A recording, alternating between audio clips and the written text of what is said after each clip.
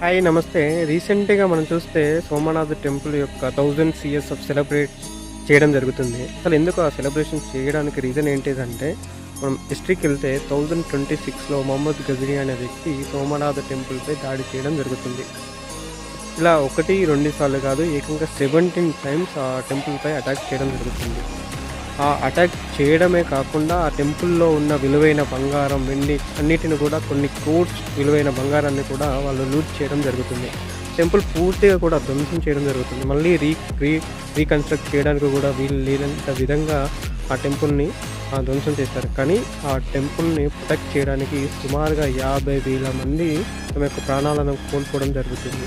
కానీ శివుని మీద ఉన్న భక్తి, నమ్మకంతో అహల్యాబాయ్ అనే వ్యక్తి ఆ టెంపుల్‌ని మళ్ళీ కన్‌స్ట్రక్ట్ చేసి ఇప్పుడు మనం ఆ టెంపుల్‌ని చూడగలుగుతున్నామంటే వాళ్ళ త్యాగ ఫలితమే ఈరోజు మనం ఆ టెంపుల్‌ని చూడగలుగుతున్నాం. అదేవిధంగా అప్పటికి, ఇప్పటికి మనం కంపేర్ చేసుకుంటే ఇప్పటికి చాలా టెంపుల్స్ పైన దాడి చేయడం జరుగుతుంది. రీసెంట్‌గా మనం చూస్తే పురాణాపూర్‌లో కావచ్చు, అమ్మవారి టెంపుల్‌పై దాడి చేయడం జరిగింది. బంజారా హిల్స్‌లో కావచ్చు, రీసెంట్‌గా ఓ వ్యక్తి అమ్మవారి టెంపుల్ ముందు మూత్ర విసర్జన చేయడం. ఇలా ఇదే విధంగా చూసుకుంటే రీసెంట్‌గా మనం చూస్తే రామగుండంలో కుదరకని రామగుండంలో ఒకటే రోజు 47 టెంపుల్స్‌పై మైసమ్మ టెంపుల్‌పై దాడి చేయడం ఎంత దారుణం అంటే స ఇప్పటికీ కూడా చాలా రకాలుగా హిందూ టెంపుల్స్ మీద దాడి చేయడం జరుగుతుంది.